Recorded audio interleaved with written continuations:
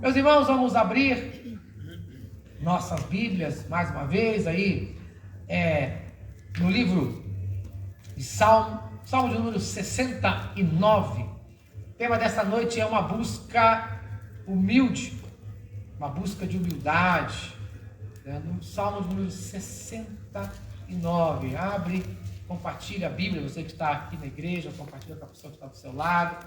Você que está em casa, você pode enviar o link desta mensagem para alguém. Uma busca humilde. O Salmo 69, ele é um clamor do salmista Davi em meio ao sofrimento e à perseguição que ele estava passando. E muitas vezes nós passamos também por isso, sofrimentos, perseguição. Mas Davi aqui no meio da sua angústia, no meio do seu sofrimento, Davi, ele tem uma visão do futuro, sabe? De um futuro de esperança, de um futuro de alegria.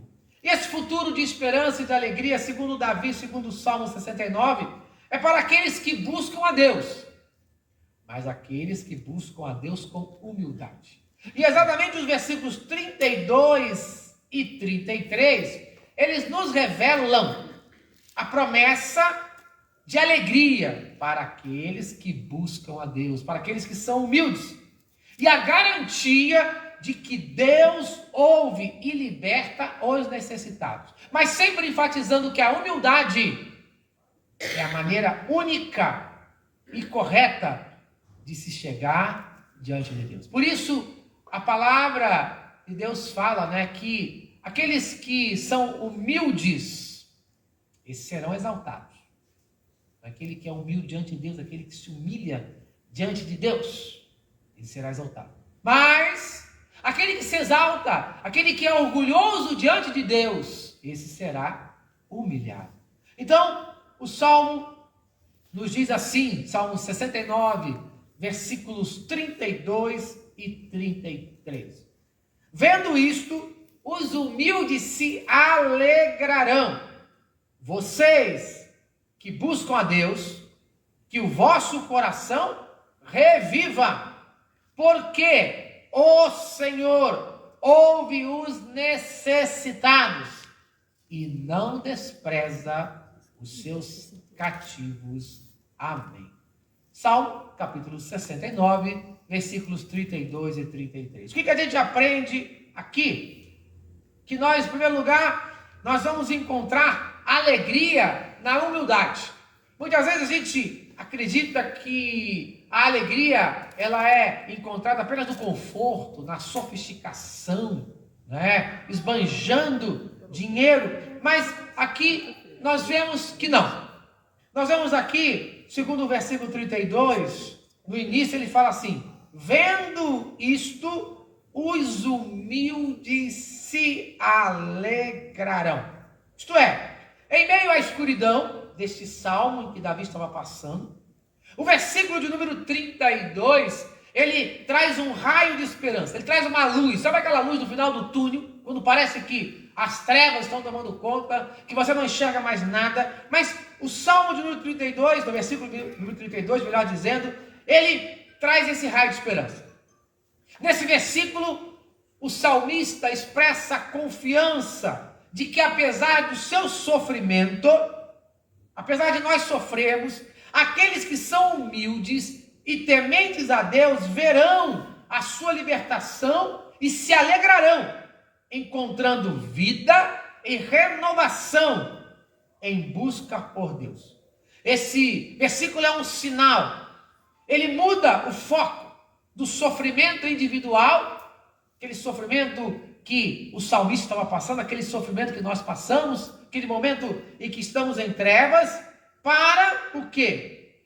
Para um impacto. O impacto do quê? De quando nós somos fiéis a Deus, Ele nos abençoa e abençoa todos que estão ao nosso redor. Ele abençoa toda a comunidade dos crentes. Ele começa esse versículo de número 32 usando a expressão vendo isso. Mas vendo o quê? O que os humildes verão? O que essas pessoas que buscam a Deus com humildade verão? que os encherá de alegria? O que pode encher você de alegria quando você vê algo? O que pode encher você de alegria? Essa é a pergunta. Muitas vezes algumas coisas nos alegram. E aqui o salmista está falando exatamente isso. Que o que trará alegria para os humildes é ver a justiça de Deus. O que traz mais alegria, aquela pessoa que é humilde, que busca a Deus e muitas vezes está sendo perseguida injustamente, está sendo humilhada injustamente, o que trará maior alegria é ele ver a justiça de Deus no tempo determinado por Deus. É ele ver a libertação da sua opressão e ele vê a derrota do ímpio, pois é o ímpio que está o quê? Pressionando, oprimindo esta pessoa humilde. Então, o salmista diz assim, olha, nós teremos alegria no nosso Deus, quando Ele trazer a justiça às nossas vidas. Quando nós vermos a nossa causa julgada pelo juiz dos juízes, aí nós teremos alegria. Quando nós, se formos humildes diante de Deus, nos humilharmos diante de Deus, levarmos a nossa causa, pois nós temos um advogado diante do Pai, que é Cristo Jesus, Ele é o nosso advogado, e o nosso juiz é o próprio Deus Pai. Quando nós levarmos a nossa causa a Ele de forma humilde, nos humilharmos diante dEle, nós teremos alegria, nós veremos a resposta das nossas orações. Nós veremos a resposta do nosso clamor. Por isso, esses que se humilham verão o quê? O cumprimento das promessas de Deus e a restauração da glória de Deus nas suas vidas. Os humildes, sabe, você pergunta, esse é o momento aqui para Davi nesse salmo, um momento histórico, né, de injustiça, de perseguição, aonde a fé é testada. Aquela pessoa que é humilde, e para ela permanecer humilde, geralmente ela é testada no limite. Veja, os servos de Deus, para que pudessem manter a sua humildade, são testados até o limite. Moisés é conduzido ao deserto por 40 anos. José é conduzido à prisão por 13 anos. Davi fugiu vários anos de Saul e de vários inimigos. Paulo, Deus coloca um espinho na carne e diz para ele, a minha graça te basta, isto é a minha presença. Os humildes precisam aprender que a presença de Deus é suficiente. Os humildes, em algumas versões, ele usa a palavra também mansos, não é? Que sugere um grupo específico de pessoas em meio à adversidade, em meio ao sofrimento, se mantém humilde e dependente de Deus. Não é para todos, é um grupo específico de pessoas que no meio da dificuldade, da adversidade, dos problemas se mantém humilde. Por quê? É mais fácil, na hora da dificuldade, dos problemas, abandonar a Deus. É mais fácil. Muitas pessoas fazem isso. Quando vem os problemas, quando vem as dificuldades, ao invés de se humilharem diante de Deus, ao invés de se colocarem na dependência total de Deus, de se humilharem diante dEle, de se tornarem pessoas melhores, humildes. Por quê? Nós aprendemos da palavra de Deus que o sofrimento não é para a nossa destruição. Não, mas o sofrimento é para a nossa elevação espiritual, para o nosso crescimento. Deus não usa o sofrimento, ou Ele não permite o sofrimento para destruir o seu povo, mas sim para purificar o seu povo. Mas nem todos estão dispostos a pagarem o preço. Mas também não verão a alegria. Não terão alegria, não terão vitória, porque não estão dispostos a se humilharem diante de Deus. Nem todos estão dispostos a isso. Por isso nós precisamos estar dispostos. Mas quem são esses humildes? Já falamos um pouco sobre isso. São aqueles que reconhecem sua dependência de Deus, são aqueles que se aproximam dele com o coração contrito e que se submetem a sua vontade. São aqueles que aprenderam que a vontade de Deus é boa, perfeita e agradável. Só um coração humilde aceita que a vontade de Deus é boa, perfeita e agradável, independente de qual seja a sua vontade. Uma pessoa orgulhosa e arrogante jamais aceitará isso. Mas o humilde, ele aceita a vontade de Deus. Só aqueles que não confiam na sua força. Porque muitas vezes nós queremos resolver na base da força.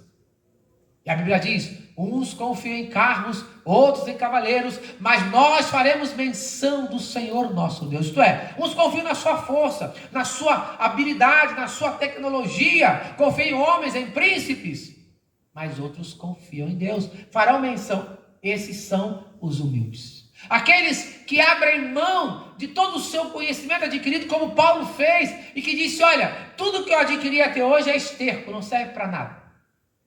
Paulo, aquele homem superdotado, né? Cidadão romano, um religioso, estudado, ele diz, olha, eu abro mão de tudo isso. Tudo isso não vale nada diante de Deus.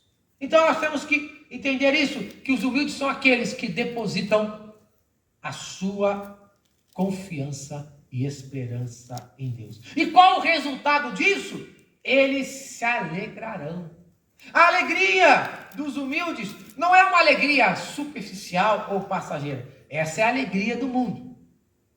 Ela é muito superficial, passageira, vai e vem. Mas a alegria dos humildes, né? Ela é profunda, ela é duradoura. Por quê? Porque ela nasce na certeza do amor de Deus. Ela nasce na certeza de que Deus é fiel, independente de qual seja a circunstância, qual seja o momento, ele é fiel. Por isso ele é humilde, por isso ele vai se alegrar, porque ele tem certeza que o amor de Deus nunca acaba, que Deus é bom o tempo todo. Ele é bom todo o tempo, ele é bom em todo o momento. É uma alegria desse humilde, que ela não depende das circunstâncias, que permanece mesmo em meio à tribulação. Porque é fácil estar alegre na dependência de Deus quando tudo vai bem. O difícil é permanecer na dependência de Deus e alegre quando tudo não vai tão bem assim, ou quando tudo vai de mal a pior, porque muitas vezes na nossa vida o negócio é esse mesmo, a situação está indo de mal a pior. É por isso que ele diz que verão aqueles que forem humildes, aqueles que estão sendo humilhados pelas circunstâncias, que estão sendo perseguidos, mas ainda assim se mantêm fiéis a Deus, mesmo sabendo que estão sendo injustiçados, que estão sendo prejudicados, que estão sendo difamados, caluniados, eles permanecem fiéis ao seu Deus. Esses verão a verdadeira alegria. Então, o que nos ensina esse versículo 32? Ele nos ensina que nós devemos buscar e ser humildes sempre na nossa vida. Sempre reconhecendo a dependência de Deus. Sempre se aproximando dEle. Com o coração sempre humilde. Se submetendo à vontade de Deus. Confiando no seu amor. Confiando na sua fidelidade. E experimentando sempre a alegria que Ele promete. Por isso, lembre-se sempre de Mateus, capítulo 5, versículo 3, em que ele diz, felizes os humildes de espírito, porque deles é o reino dos céus. Lembrando que esta humildade aqui não é pobreza. Esta humildade não é a pobreza, porque tem muito pobre orgulhoso.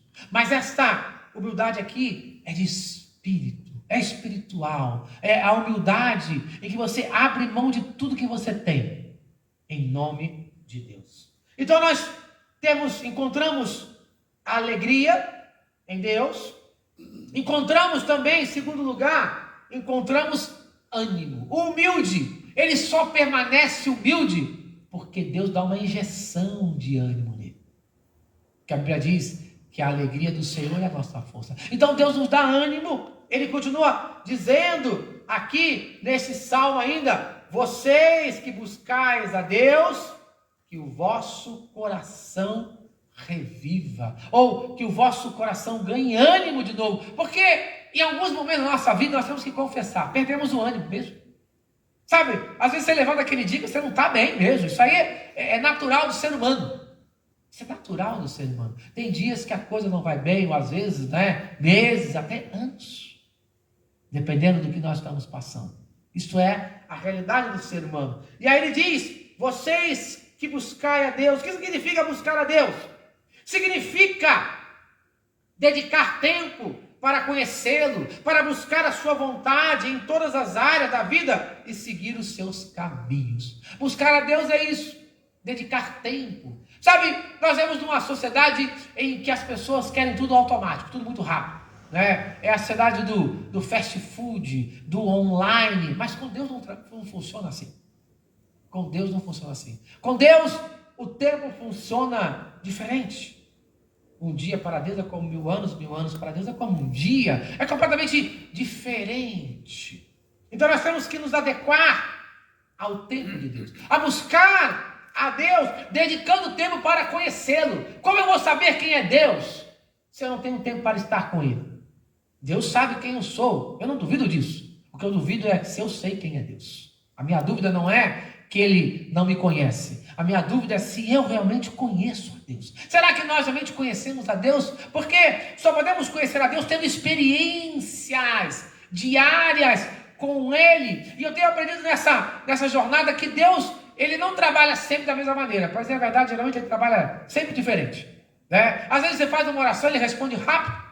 Às vezes você faz a mesma oração em outra circunstância, e é o mesmo problema do passado, e Ele demora a responder, porque tem o tempo dele, não é o seu tempo, não é o meu tempo. Então nós temos que aprender a conhecer a Deus, que não existe uma fórmula mágica, não. Em cada momento, nós vamos conhecer a Deus, cada dia. Ele não nos dá um mapa detalhado do início da minha vida até o fim. Não, muito pelo contrário. A Bíblia nos diz que basta cada dia o seu mal, porque cada dia, eu vou ver no dia de hoje, o dia de amanhã, ao Senhor pertence. Cada dia, o que aconteceu hoje já acabou. O que vai acontecer amanhã, só Deus sabe, pertence a Ele. Amanhã eu preciso buscá-lo de novo, para que aconteça isso aqui, que o vosso coração reviva, que o vosso coração receba ânimo, que o vosso coração viva de novo. Isto é, precisa acontecer uma renovação espiritual, senão eu não posso continuar a jornada. Porque basta cada dia o seu mal. Por isso que a Bíblia diz que as misericórdias do Senhor se renovam a cada manhã. Cada dia a misericórdia dele precisa se renovar na minha vida. Eu preciso receber um ânimo novo para continuar o dia de hoje. Por isso nós vamos aprender isso, que é uma restauração da alegria, da esperança, que o sofrimento pode ter obscurecido. Muitas vezes o sofrimento ele apaga essa esperança, sabe?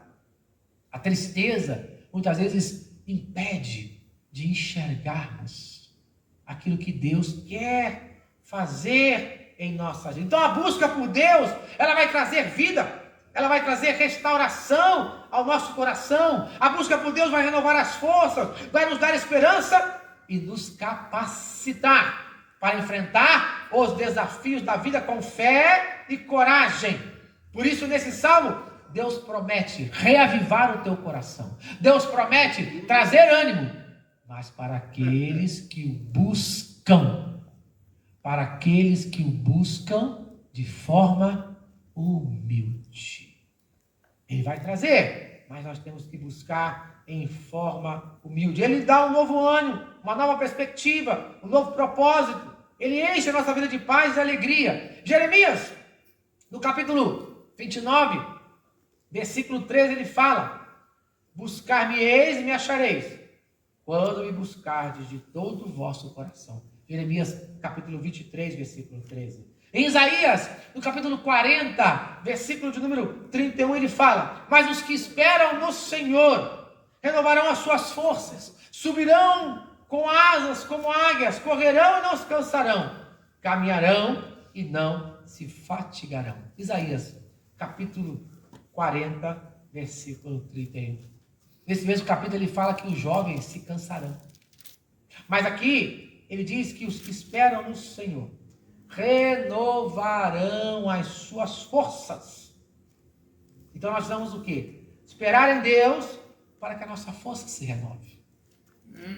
Não dá para ir para a batalha sem a força renovar. E aí ele fala, ele usa essa expressão da águia, né? Essa ilustração da águia. Que a águia, às vezes, precisa ter um momento em que ela precisa arrancar, né, as suas penas velhas, antigas, para que nasçam penas novas. Mas precisa fazer, é o momento. E muitas vezes nós precisamos tirar algumas coisas que estão espiritualmente nos abalando, precisam ser renovados, transformados por Deus. É a promessa da renovação de forças. Esse versículo diz que ele vai reavivar o seu coração, isto é, ele vai renovar a força para aqueles que esperam no Senhor. Ele quer essa renovação de forças, é um incentivo, para que você permaneça firme na fé, para que você continue buscando a Deus e confiando na sua fidelidade e no seu poder. Porque a Bíblia diz que Deus não é homem para que minta. É não para que minta.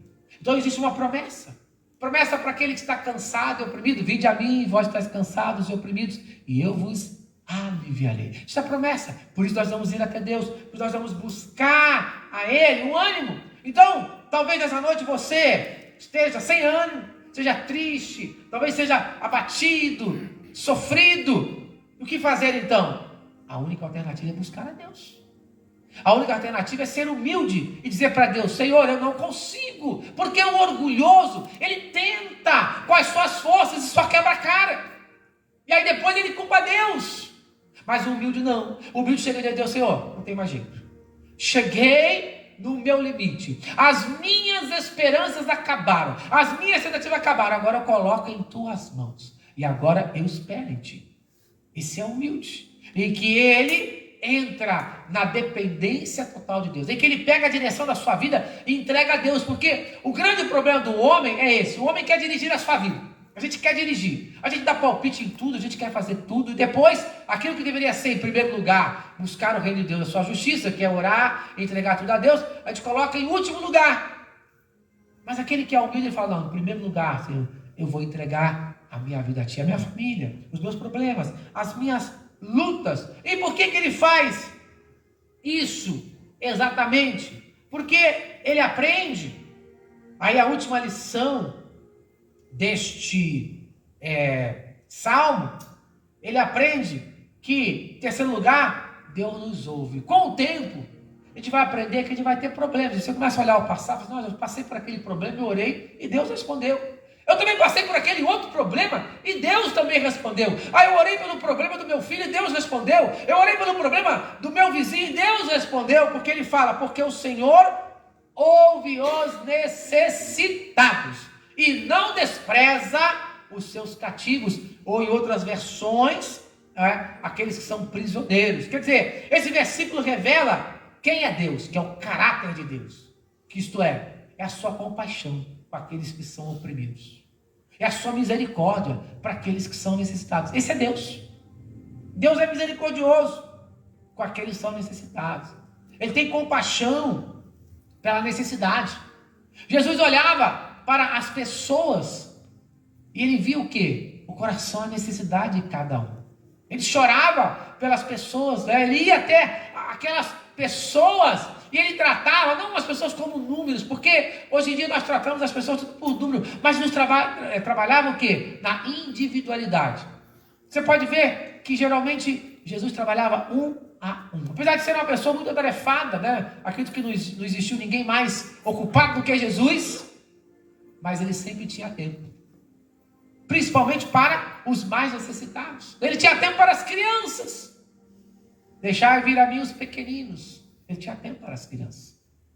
Ele tinha tempo para os pecadores, para os doentes, para as mulheres rejeitadas pela sociedade, para os samaritanos. Ele sempre via em cada pessoa uma necessidade e uma oportunidade de ajudar esta pessoa. Deus sempre faz isso. Então, o Senhor ouve o quê? Ele ouve o clamor dos necessitados. Ele se importa com o sofrimento daqueles que estão em angústia e se compadece de suas dores. O Salmo 34, versículo 17, ele fala: os justos clamam e o Senhor os ouve e os livra de todas as suas tribulações. Salmo 34, versículo 17. Então aqueles que clamam pelo nome do Senhor, aqueles que clamam, ele ouve e ele livra esses de todas as suas tribulações. Quer dizer, esse versículo, ele mostra mais uma vez que Deus ouve o nosso clamor. Mas como disse, quando você está justo, Nós, como pecadores, entendemos que não somos justos, mas somos justificados pelo sangue de Cristo Jesus, que morreu na cruz do Calvário para nos salvar. Então, quando nós nos colocamos de forma humilde, pedindo perdão pelos nossos pecados e clamando por Cristo Jesus, esse é o justo, que não teve pecado e foi crucificado por mim e por você. Deus ouve o meu clamor, porque isso é o quê? É se humilhar diante de Deus, é ser humilde e reconhecer: Senhor, eu não tenho mérito para entrar na tua presença, eu não tenho valor nenhum, mas Cristo Jesus tem valor por mim, Ele é o justo, então eu clamo no nome dEle, como meu intercessor, como a Bíblia diz que só existe um intercessor entre Deus e os homens, Cristo Jesus. Como Ele mesmo disse: eu sou o caminho, a verdade e a vida. Ninguém vem ao Pai senão por mim. Ele se colocou como esse intercessor. Ele se colocou como o único justo. Então, quando eu vou até Ele, como esse justo, Deus ouve o meu clamor, pelo intermédio de Cristo Jesus, e nos livra. Então, nós temos que parar e pensar que Deus responde às orações dos justos em meio à aflição. Ele continua dizendo que Ele não despreza os cativos, isto é, os cativos são aquelas pessoas que estão passando por uma opressão física ou uma opressão espiritual. Quem não é oprimido? Todo ser humano é oprimido. Todos nós somos oprimidos todos os dias. O sistema desse mundo é um sistema opressor. É um sistema opressor. A Bíblia fala claramente: o mundo pertence ao maligno. Então não creia, não ache que esse mundo vai melhorar. Não, esse mundo não vai melhorar, porque esse sistema é um sistema opressor. Nenhum homem que estiver no poder vai fazer esse mundo melhorar. Não, esse mundo não vai melhorar. Esse mundo é um mundo opressor. Jesus disse isso: no mundo tereis aflições, cara. No mundo você vai ser oprimido, no mundo você vai ser perseguido, mas tenha de bom ânimo, eu venci o mundo. Por isso que você precisa desse ânimo, porque a opressão vai continuar na sua vida. Cada dia vai existir um tipo de opressão. Um dia você está com uma opressão financeira, problemas financeiros, desemprego, contas para pagar. Outro dia você está com uma opressão de saúde, questão física, saúde. Outro dia você está com uma opressão até espiritual, porque muitas dessas podem ser espirituais também. Questão de injustiça. Todos os dias nós seremos oprimidos, mas Deus não despreza. Ele não nos despreza. Por isso, quando Jesus veio, Ele disse certa vez, lá em Lucas, no capítulo 4, versículo 18, Ele diz assim: o Espírito do Senhor está sobre mim, porque me ungiu para anunciar boas novas aos pobres. Enviou-me para proclamar libertação aos cativos, restauração das vistas aos cegos, para pôr em liberdade os oprimidos. Amém. Lucas capítulo 4, versículo 18. Veja, Ele veio aqui para nos libertar dessa opressão. E essa opressão, só pode haver libertação através das boas novas. E quais são as boas novas? É o Evangelho de Cristo Jesus. Jesus veio pessoalmente fazer isso. Proclamar libertações cativos. Quem são os cativos? Somos nós. Quem são os prisioneiros? Somos nós. Ele veio para nos libertar. Ele veio para isso. E agora, nós que recebemos esta bênção, continuamos isso aqui, pregando esse evangelho de que Ele restaura a vista dos cegos, Ele põe em liberdade os oprimidos, Ele liberta os cativos. Isso é o evangelho de Cristo Jesus. Essa é a palavra dele. Por isso nós não podemos deixar de pregar, porque como ele diz, a promessa dele é que Ele não despreza ninguém. Significa que mesmo quando nós nos sentimos presos por causa das circunstâncias, seja elas de pecados ou aflições, Deus não nos abandona. Deus não abandona ninguém. Nós muitas vezes abandonamos as pessoas, né? Muitas vezes falamos: fulano está passando isso porque largou a igreja, né? Fulano não quer nada com o evangelho, sempre naquele julgamento pecaminoso. Mas Jesus não, Ele não julga ninguém, Ele nunca julgou ninguém. Ele nunca julgou ninguém. Se Ele nunca julgou, por que nós vamos julgar? Por que nós vamos fazer afirmações assim? Não, muito pelo contrário. Ele não abandona aquele que está disposto a ser libertado. Ele quer libertar a todos. Deus está disposto a nos libertar, a nos restaurar, a nos conduzir a plenitude da vida no nome dele. Então nós somos encorajados nessa noite a buscarmos a Deus em oração, confiando de que Ele ouve os nossos pedidos, que Ele não despreza as nossas orações. Não importa se é por você ou se é por uma pessoa que não está nem aí. A misericórdia dele é maravilhosa. Eu faço julgamentos que eu não deveria fazer, mas Deus não julga ninguém, porque a Bíblia diz que Ele não faz acepção de pessoas. Então nós temos que aproveitar esta bênção de Deus, porque Ele veio anunciar as boas novas aos pobres, aos necessitados, aos cativos. E Ele deixou essa responsabilidade para nós, ir por todo mundo e pregar o Evangelho. O Evangelho é isso aqui: anunciar as boas novas aos pobres, necessitados e cativos. Esse é o Evangelho. Ele veio, anunciou e disse: agora é a vez de vocês. É a vez de vocês crerem nisso. Se vocês foram libertos, qualquer pessoa pode ser liberta. É só você crer nisso. É só você cumprir o seu papel. Um dia eu fui liberto, um dia você foi liberto. Então agora nós temos que crer nisso. Por isso nós somos convidados, por esse versículo, pela palavra do Senhor, a buscar a Deus com toda a humildade. Somos convidados a confiar nele e seu poder libertador. Somos convidados a nos aproximarmos dele de forma humilde, experimentando a alegria que ele oferece aos humildes. O ânimo que ele concede a todos aqueles que o buscam. Nós somos convidados a isso. E quando recebemos isso e vivemos conforme ele nos ensina, somos convidados também a levar isso ao mundo. Porque Jesus veio exatamente para isso. Para proclamar essa libertação. E ele diz: agora é a vez de vocês. Agora é a nossa vez de proclamarmos isso a toda criatura. Porque ele ouve os necessitados. Ele não despreza os cativos. Quantas pessoas estão necessitadas? Quantas pessoas estão cativas? Tanta gente está passando fome. Tanta gente está cativa nas drogas, presa nas drogas. Sabe? Cega por Satanás, presa na prostituição, na criminalidade. E só ele pode libertar. Ele não despreza a oração. Ele não despreza o necessitado e o pobre. Mas ele precisa de cada um de nós, porque ele assim decidiu, na sua soberania, usar a cada um de nós agora como proclamadores da sua palavra.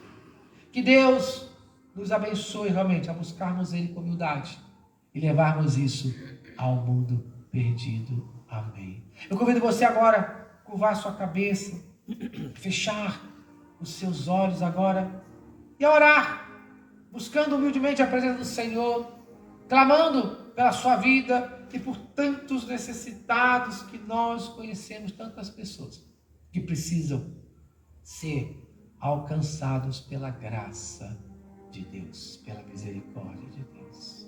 Vamos orar. Pai, obrigado, porque um dia nós somos alcançados. Pai, um dia, Senhor, Tu ouviste o nosso clamor, nossa oração, ou talvez nós nem oramos, mas a oração de uma mãe, de um pai, a oração de um irmão em Cristo Jesus foi ouvida por Ti, e nós estamos aqui, ó Pai. Por isso eu Te agradeço, ó Pai, porque um dia alguém orou por nós, alguém intercedeu, alguém proclamou essas boas novas aos pobres e necessitados, e um dia eu estava nessa situação, perdido, pobre, necessitado, e fui alcançado por Ti, ó Pai. Por isso eu Te agradeço. Mas da mesma maneira, Senhor, nós agora temos essa responsabilidade de proclamar as boas novas aos cativos, aqueles que estão perdidos, Senhor. Tantas pessoas hoje estão nessa situação, perdidas, Senhor. E só existe uma única solução, que é Cristo Jesus.